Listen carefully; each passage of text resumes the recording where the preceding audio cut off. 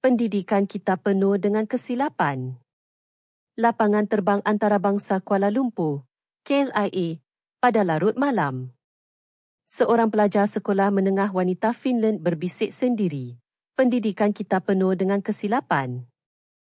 Dia pernah menjadi seorang pelajar cemerlang yang yakin bahawa sistem pendidikan negaranya adalah yang terbaik di dunia. Baginya, Malaysia hanyalah sebuah negara kecil di Asia Tenggara yang mengamalkan sistem pendidikan yang ketinggalan zaman dan berorientasi hafalan hanya persinggahan dalam perjalanannya. Namun, saat kakinya menjejak bumi sepang kerana pendaratan cemas akibat taufan, pemandangan yang disaksikannya di Kuala Lumpur telah meruntuhkan nilai-nilai yang dipegangnya selama 17 tahun. Apakah yang telah menyentuh hatinya?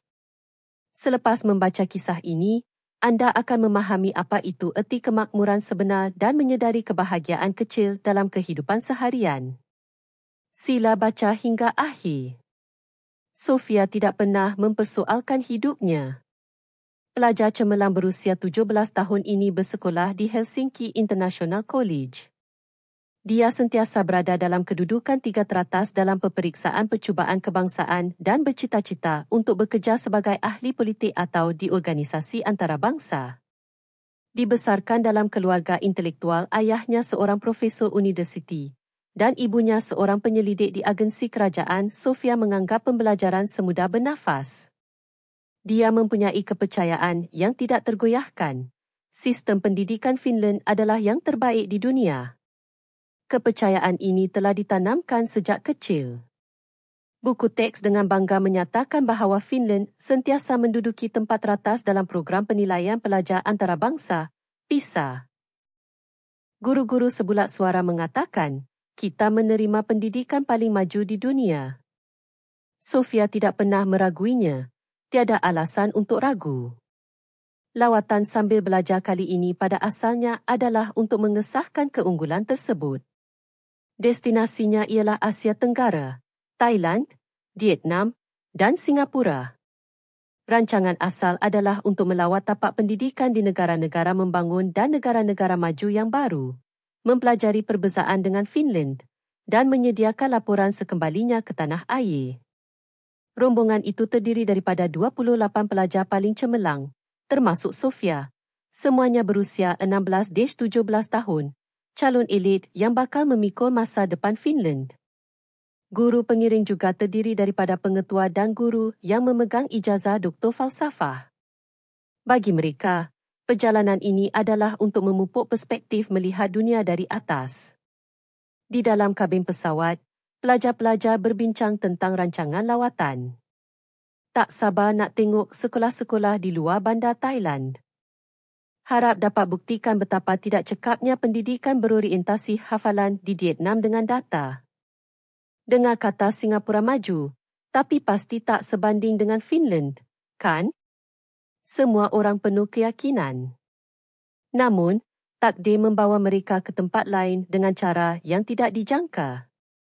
3 jam selepas berlepas, pengumuman juruterbang kedengaran. Ini Kapten. Taufan tropika di lautan Pasifik Utara semakin kuat. Laluan yang dijadualkan telah disekat sepenuhnya. Demi keselamatan penumpang, kami akan melakukan pendaratan cemas di lapangan terbang antarabangsa terdekat. Destinasi, Lapangan Terbang Antarabangsa Kuala Lumpur, KLIA, Malaysia. Malaysia, negara kecil itu? Sofia kebingungan. Dia hampir tidak tahu apa-apa tentang Malaysia. Hanya tahu ia adalah negara dengan menara berkembar dan makanan jalanan yang pelbagai. Beberapa pelajar berbisik cemas. Malaysia? Itu negara yang penuh dengan pusat tuition dan pelajar yang belajar sampai mati, kan? Dengar kata tekanan peperiksaan sangat tinggi, sampai pelajar tak cukup tidur. Singapura tak apalah, tapi dengar kata Malaysia, walaupun teknologinya maju, pemandangan bandarnya agak lama. Banyak motosikal bersepah-sepah. Negara maju Asia patutnya Singapura. Malaysia ni macam negara membangun je, kan? Pengetua Pekenan dan guru-guru lain juga risau. Perubahan jadual secara tiba-tiba menyusahkan pelajar, dan lebih sukar untuk menjelaskan kepada ibu bapa. Mereka juga bimbang tujuan lawatan tidak tercapai. Tak ada pilihan, guru cuba menenangkan pelajar. Kita akan tinggal di Malaysia selama sehari atau 2, dan apabila cuaca reda, kita teruskan ke destinasi asal. Sofia memandang keluar tingkap. Melalui celah-celah awan, sama-sama kelihatan garis bentuk sebuah pulau. Malaysia hanyalah persinggahan baginya. Pesawat mula menurun, berlega-lega di ruang udara selatan Kuala Lumpur yang diselubungi malam, dan perlahan-lahan mendarat. Di luar tingkap, banyak titik cahaya tersusun rapi lampu-lampu bandar. Susun aturnya berbeza daripada bandar-bandar di Finland. Cantiknya, kata Sami, yang duduk di sebelahnya. Pelajar lelaki berusia 16 tahun ini sama cemerlang dengan Sofia, tetapi dia pasti ini hanya luaran. Ayah kata negara-negara Asia memang macam ni, huru-hara dan bising. Sofia mengangguk. Dia berfikir perkara yang sama. Pukul-pukul 11.23 malam. Pesawat mendarat di KLIA. Sebaik sahaja tayar mencecah landasan, kabin dipenuhi dengan helaan nafas lega. Walaupun pendaratan cemas, semua bersyukur kerana selamat. Namun, kejutan sebenar baru bermula. Keluar dari pesawat, walaupun sudah larut malam, lapangan terbang beroperasi seperti siang hari. Pekerja pembersihan bekerja, kaunter pertanyaan dijaga oleh kaki tangan, dan semua. Peralatan berfungsi dengan sempurna. Malah, kedai sebaneka 24 jam masih terang benderang. Sofia tidak percaya dengan apa yang dilihatnya. Di lapangan terbang Helsinki, banyak perkhidmatan terhenti selepas pukul 9 malam. Apabila tiba lewat malam, hanya ada kaki tangan yang minimum. Tetapi di sini berbeza. Seolah-olah ia mempunyai daya tahan yang sama seperti siang hari. Betulkah ini lapangan terbang Asia? Sofia bertanya kepada guru pengiring. Guru itu terkejut dan menjawab, ini kali pertama saya melihat pemandangan seperti ini. Semasa berjalan menuju pemeriksaan imigresen, sesuatu yang lebih mengejutkan berlaku. Seorang kaki tangan lapangan terbang menghampiri mereka. Adakah anda pelajar dari Finland? Kaki tangan itu bertanya dalam bahasa Inggeris yang sempurna, malah diselang-seli dengan beberapa perkataan Finland yang kaku. Pelajar-pelajar terdiam. Mereka tidak menyangka bahawa kaki tangan khas telah diatur untuk menyambut kumpulan pelajar asing yang membuat pendaratan cemas pada larut malam.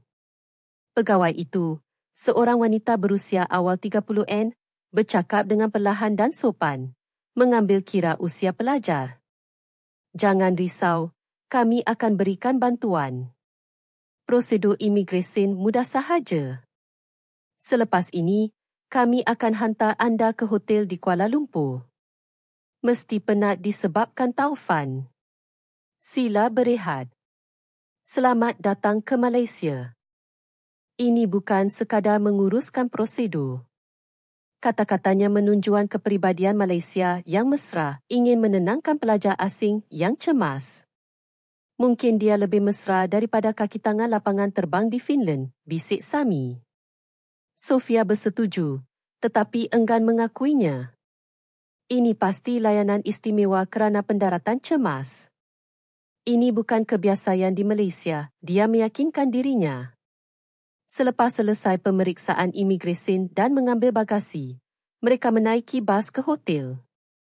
Pada masa itu, sudah melebihi pukul 1 pagi. Bas bergerak keluar dari lapangan terbang. Sofia memerhatikan luar tingkap. Dari lebuh raya pada larut malam, lampu-lampu menara berkembar Petronas, KLCC, di kejauhan, jalan raya yang teratur, dan yang paling penting, di jalan-jalan yang terang, dia masih boleh melihat wanita muda berjalan kaki atau menunggang basikal awam, KL Bike Share, sendirian. Negara ini sangat selamat, Sofia tidak dapat menyembunyikan rasa terkejutnya. Di Finland, walaupun di kawasan bandar, tidak digalakkan keluar bersendirian pada larut malam, terutamanya wanita. Tetapi di sini, wanita muda kelihatan berjalan di jalanan tanpa rasa takut. Lampu-lampu kedai sebanika memberikan rasa selamat yang aneh. Kebetulan saja kata pelajar di sebelahnya. Pasti hanya melalui kawasan yang selamat. Sofia mengangguk, tetapi merasa ada sedikit keraguan di hatinya. Tiba di hotel di pusat bandar Kuala Lumpur, sudah pukul 2 pagi. Pelajar-pelajar yang keletihan pulang ke bilik masing-masing. Sofia merebahkan diri di katil tetapi tidak dapat tidur. Pemandangan malam Kuala Lumpur di luar tingkap membuatkan dia gelisah. Pemandangan yang berbeza daripada jangkaan, layanan yang berbeza, negara yang berbeza. Apa yang sedang berlaku? Pukul 6 pagi keesokan harinya, Sofia bangun kerana lapar. Dia pergi bersia-sia di sekitar hotel bersama 7 pelajar lain yang bangun awal. Di Finland, suka mencari restoran yang buka awal pagi, apatah lagi pada hari Ahad. Tetapi Kuala Lumpur berbeza. Bandar itu sudah mula bangun. Warga emas bersenam di taman, orang ramai bersiap untuk bekerja, dan di lorong-lorong, kedai-kedai sarapan pagi tradisional penuh dengan wak panas. Kedai itu buka. Sami menunjuk ke sebuah kedai sarapan tradisional yang menjual nasi lemak dan roti canai. Jom cuba. Sofia menolak pintu. Sudah ada beberapa pelanggan di dalam, menikmati sarapan atau membaca surat khabar. Seorang makcik, penjual, tidak terkejut melihat pelajar asing dan menyambut mereka dengan mesra. Seorang pekerja muda menerangkan menu dalam bahasa Inggeris ringkas, mengesyorkan sarapan ala Malaysia, nasi lemak, roti canai, kuih muih, dan teh tarik. Mereka juga mempunyai pilihan vegetarian. Kedai kecil di lorong ini mengambil kira keperluan orang asing. Melihat harga menu, semua orang terkejut. Nasi lemak 3.50 arim. Roti canai 1.50 arim, teh tarik 2.00 arim. Sarapan lengkap tidak sampai 10.00 arim. Ditukar kepada mata wang Finland, ia sangat murah dan suka dipercayai. Di Helsinki, hidangan yang setaraf akan menelan kos sekurang-kurangnya 15 euro. Di sini, hanya sekitar 3 euro. Terlalu murah, kan? Kualitinya terukir, pelajar-pelajar ragu-ragu. Tetapi apabila makanan dihidangkan, semua keraguan hilang. Dalam masa kurang dari 5 minit, semua hidangan diletakkan di atas meja. Sami segera menghabiskan nasi lemak, mengeluh bahawa di Finland, mereka tidak akan dapat makan makanan yang begitu enak dan mengenyangkan pada harga ini. 7 orang makan kenyang, dengan jumlah bil kurang daripada 70.00 arim, kira-kira 15 euro. Di Finland, ia akan melebihi 100 euro. Semasa membayar, makcik itu tersenyum dan berkata, "Terima kasih, datang lagi ya, handsome dan cantik." Kehangatan dan keramahan yang spontan ini membuatkan Sofia sedikit kekok. Perkhidmatan restoran di Finland sopan tetapi formal. Tetapi makcik ini terasa seperti jiran yang mesra. Keluar dari kedai, Sami berkata, rasa lain daripada yang dibayangkan. Maksud awak? Saya sangka Malaysia adalah masyarakat industri yang lebih huru-hara dan dingin, tetapi pekerja tadi sangat mesra. Sofia mengangguk. Dia juga berasa begitu, tetapi masih ada bahagian yang enggan diakuinya. Ini pasti kerana tempat ini ramai pelancong, sebab tu mesra sangat. Masyarakat Malaysia sebenar pasti lebih keras, dia meyakinkan dirinya. Kembali ke hotel, Pengetua Paekkonen mengumumkan berita buruk, disebabkan taufan, semua penerbangan ke Asia Tenggara dibatalkan. Paling cepat pun, 3 hari lagi baru boleh terbang. Pelajar-pelajar mengeluh. Memandangkan kita sudah berada di Malaysia, jangan bazirkan peluang. Kita akan melawat Kuala Lumpur sedikit dan belajar tentang sistem pendidikan Malaysia, kata pengetua. Perasaan Sofia bercampur baur. Dia terpaksa menghabiskan masa yang tidak dijangka di destinasi bukan pilihan, tetapi rasa ingin tahu yang timbul sejak malam tadi merangsang hatinya. Negara ini mungkin berbeza daripada yang dibayangkan. Pukul 10 pagi, rombongan menuju ke stesen LRT, transit aliran ringan, Masjid Jami untuk merasai pengalaman pengangkutan awam. Dengar kata LRT Malaysia sangat bersih dan berdisiplin. Mari kita lihat sendiri cadang guru pengiring. Sebaik sahaja turun ke stesen, Sofia terkejut. Walaupun sudah melepasi waktu puncak, jumlah penumpang masih ramai. Penduduk Helsinki sekitar 650,000, tetapi Metropolitan Kuala Lumpur mempunyai hampir 8 juta orang. Skalanya sangat berbeza. Namun, di tengah kesesakan, terdapat disiplin yang luar biasa. Semasa menaiki eskalator, orang ramai secara semula jadi berdiri di sebelah kiri, meninggalkan sebelah kanan untuk mereka yang tergesa-gesa. Tiada siapa yang mengarah, tetapi semua orang mematuhi etika yang sama. Di platform, walaupun ramai, tidak ada tolakan menolak. Semua orang beratur kemas mengikut garisan putih di lantai. Di Finland, orang ramai menolak untuk masuk ke dalam kereta api dahulu adalah perkara biasa. Hebatnya bisik Sami. Tapi mesti ada denda, kan? Mereka patuh sebab ada hukuman. Sofia melihat sekeliling. Memang ada tanda larangan makan dan minum, tetapi dia tidak fikir itu sahaja dapat mengekalkan ketertiban ini. Wajah orang ramai kelihatan tenang, tidak seperti dipaksa. LRT tiba. Pemandangan yang lebih mengejutkan muncul apabila pintu terbuka. Orang yang menunggu secara semula jadi berpecah kepada dua, membenarkan orang yang keluar dahulu. Selepas semua orang keluar, mereka yang beratur masuk dengan teratur. Tiada arahan, tiada pengumuman. Semua orang melakukannya dengan sewajarnya. Sofia bertanya kepada Cikgu Lim Mei Iling, guru pengiring yang pernah mengajar di sekolah Eropah di KL selama 15 tahun. Siapa yang mengajar peraturan-peraturan ini? Tiada siapa yang secara khusus mengajar. Di Malaysia, ini adalah etika awam yang dipupuk secara semula jadi sejak kecil, jawab Cikgu Lim. Etika? Ya, ini bukan undang-undang bertulis. Melihat orang dewasa di sekeliling berbuat demikian, anak-anak secara semula jadi mencontohi.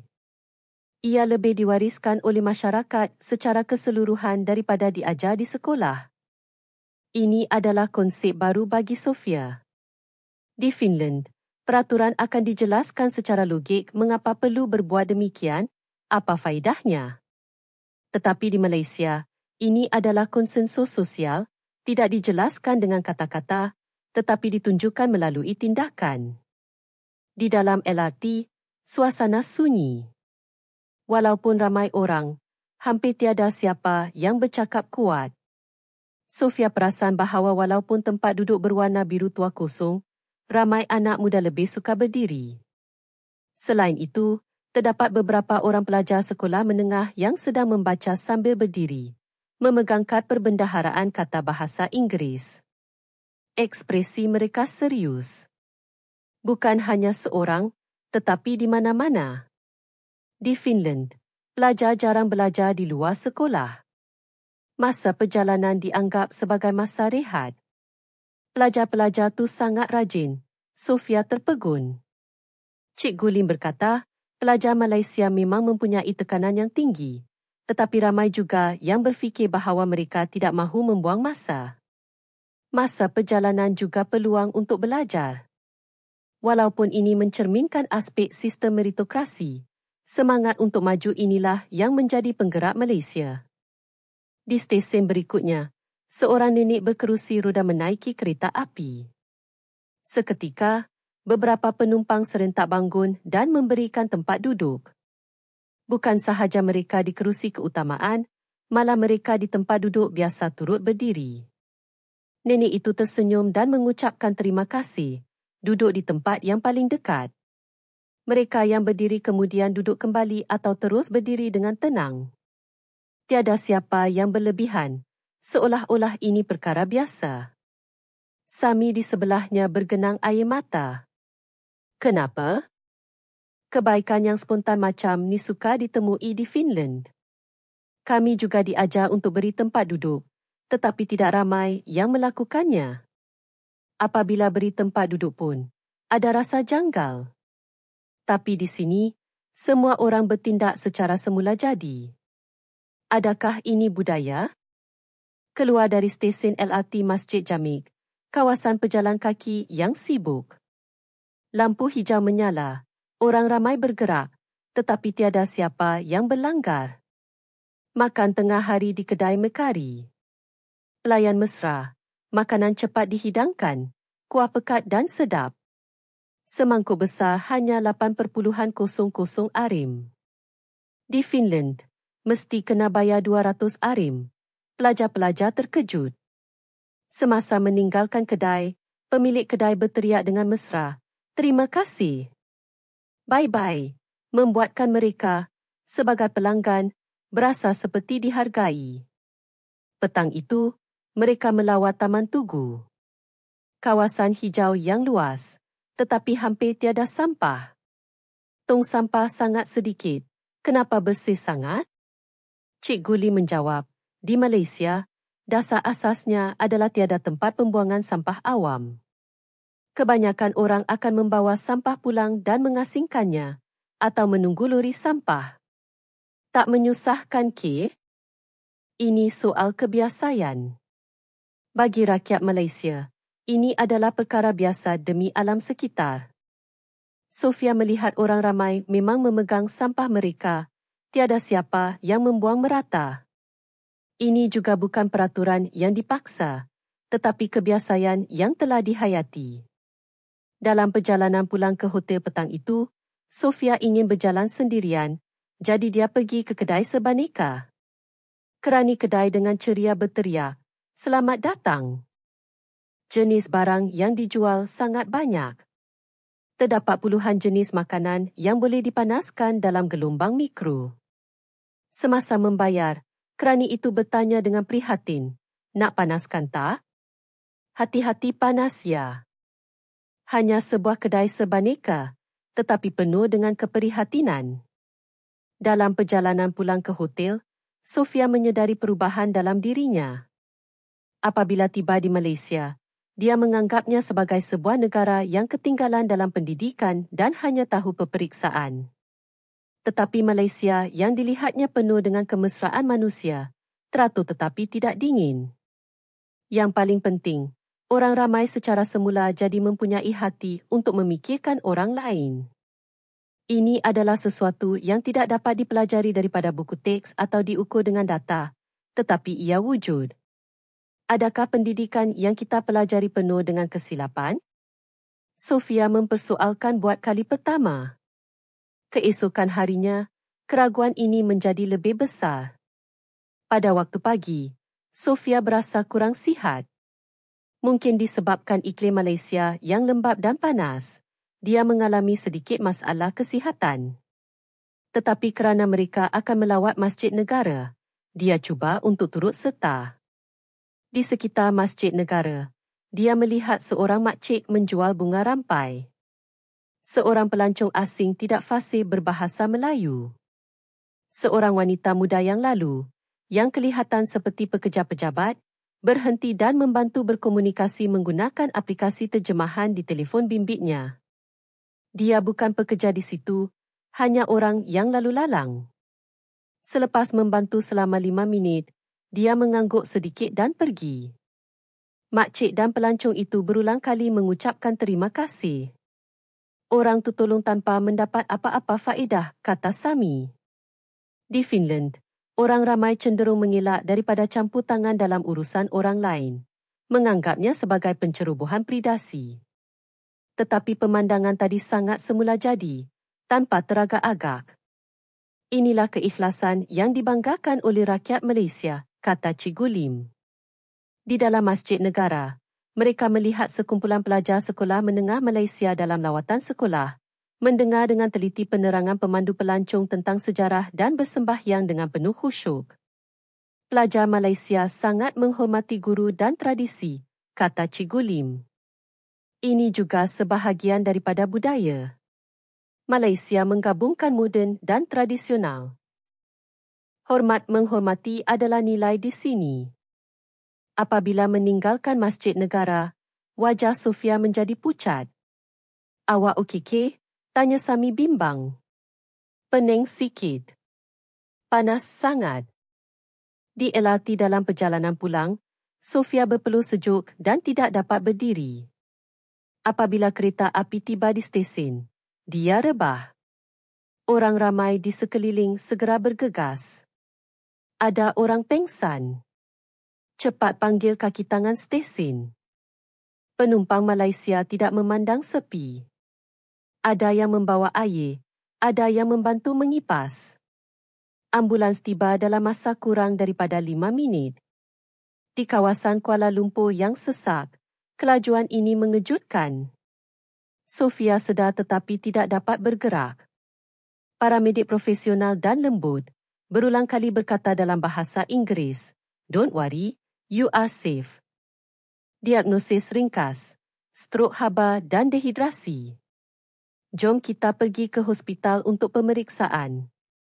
Setibanya di Hospital Universiti Malaya, UMMC, prosedur kecemasan berjalan lancar.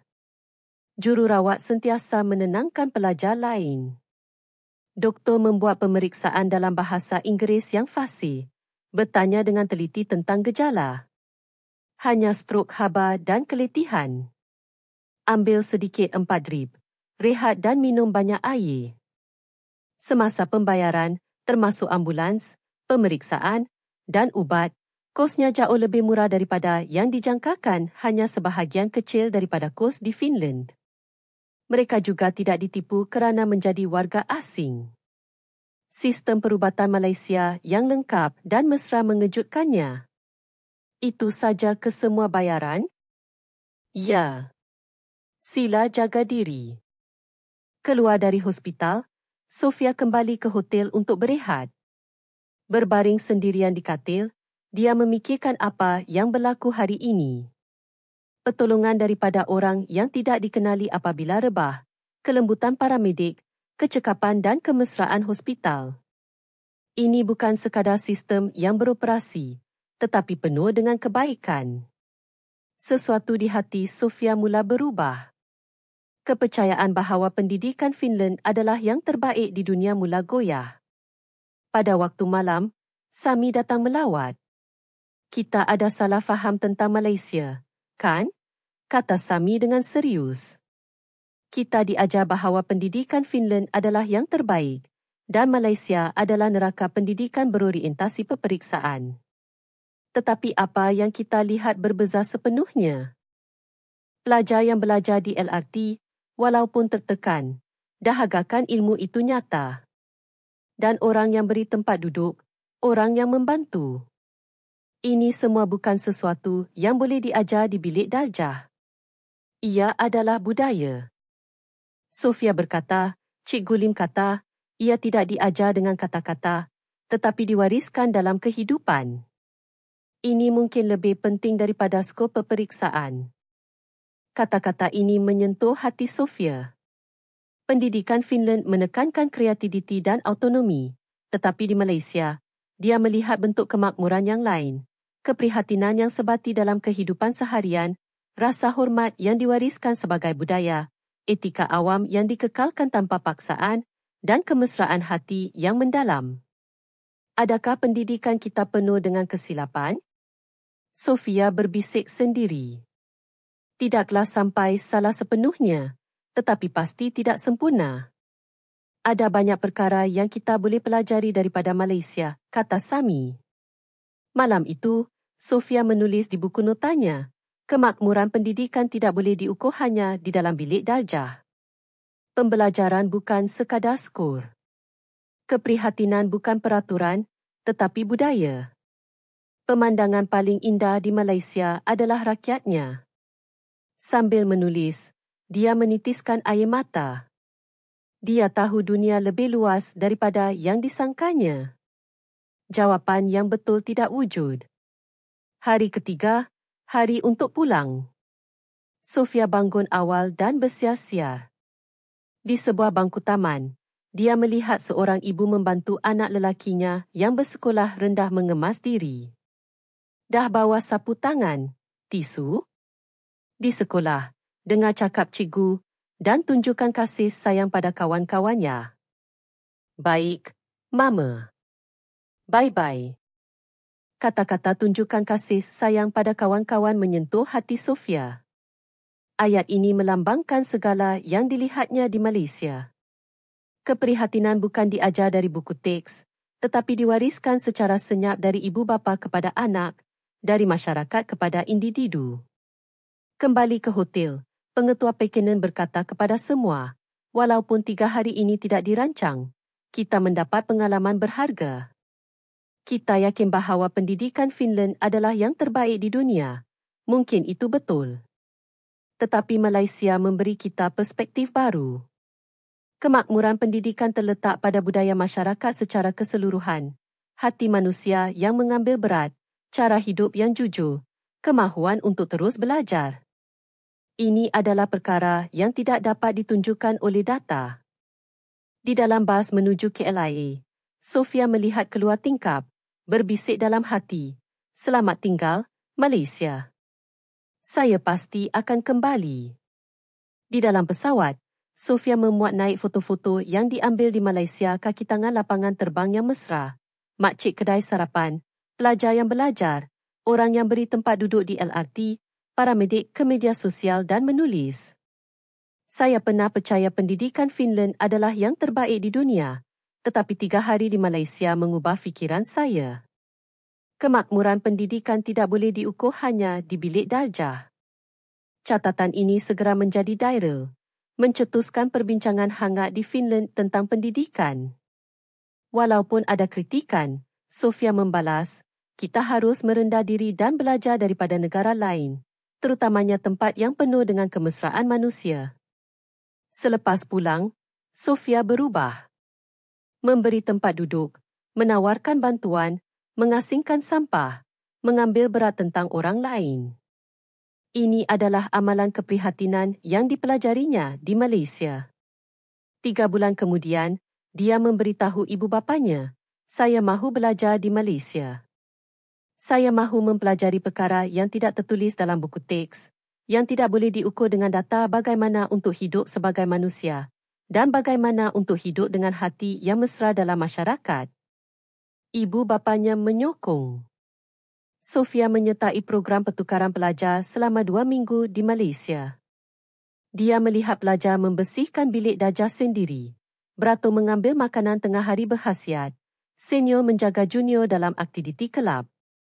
Semuanya penuh dengan semangat kerjasama dan tanggungjawab.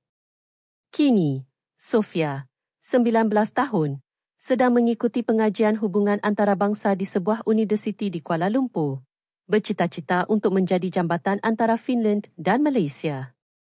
Pada suatu hari musim luruh, Sofia duduk di perpustakaan universiti, memandang keluar tingkap.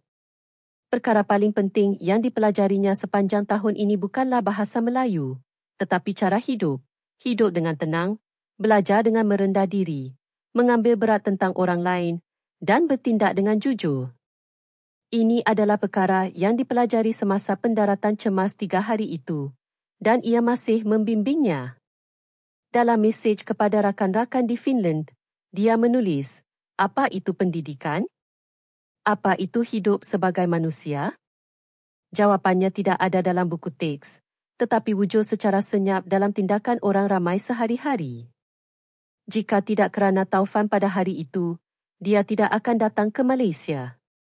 Pendaratan cemas yang tidak disengajakan itu mengubah hidupnya. Sofia mengakhiri dengan berkata, hidup dengan tenang adalah hidup yang kuat. Kemesraan hati rakyat Malaysia adalah budaya yang lebih nyata daripada kata-kata. Inilah kisah yang dialami sendiri oleh Sofia. Sekarang, dia sedang berusaha menyebarkan keprihatinan ini kepada lebih ramai orang. Rantaian kebaikan ini, Dia percaya akan mengubah dunia sedikit demi sedikit. Apabila anda dilayan dengan mesra, apa yang anda rasakan? Adakah anda akan menyebarkan kebaikan ini kepada orang seterusnya? Sila beritahu kami di ruangan komen. Terima kasih kerana menonton. Jumpa lagi di video seterusnya.